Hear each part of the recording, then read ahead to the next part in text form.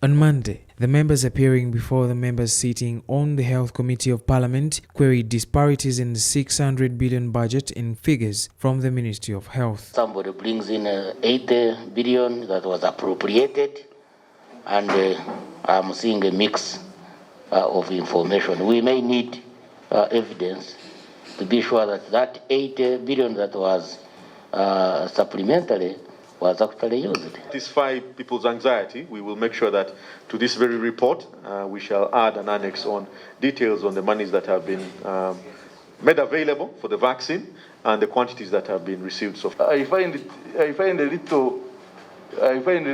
little information that helps me to judge. Uganda has been a beneficiary of donations from foreign donations of COVID-19 vaccines. The 10th Parliament appropriated 80 billion to procure vaccines. The accountability, however, from the body mandated is yet to be settled. Money was spent and we've been receiving COVID vaccine. We basically agreed with the Ministry of Health to deposit it and book for vaccine, and we have been receiving these consignments. The members of Parliament demand an authentic breakdown. They only gave us the big figures of wage, non-wage, without breaking them down. Yet when it comes to estimations, we have them broken down.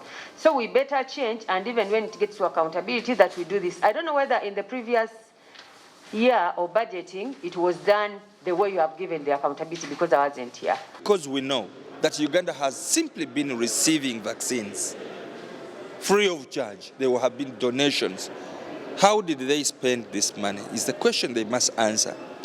Then the Ministry of Health also spent 30 billion shillings, 30 billion through UNICEF in order to procure vaccines. Which are these vaccines that they procured? Officials from national medical stores are adamant the procurement process was adequate. The billion was released in the first quarter, and this money was actually sent and for vaccine, and we have been receiving Johnson & Johnson vaccine in Uganda procured using Government of Uganda funding. This is what we have shared with the Health Committee.